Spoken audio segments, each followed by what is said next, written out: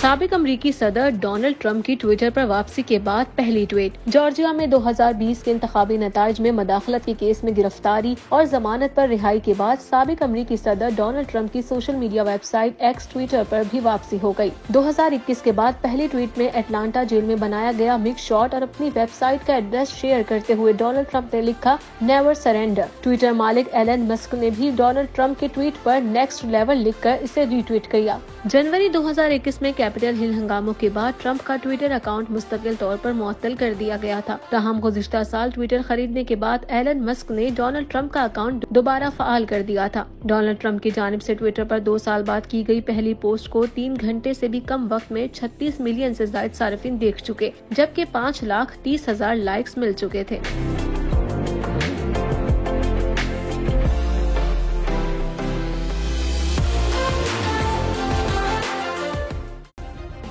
Subscribe करें और bell दबाएं ताकि कोई खबर रह न जाए।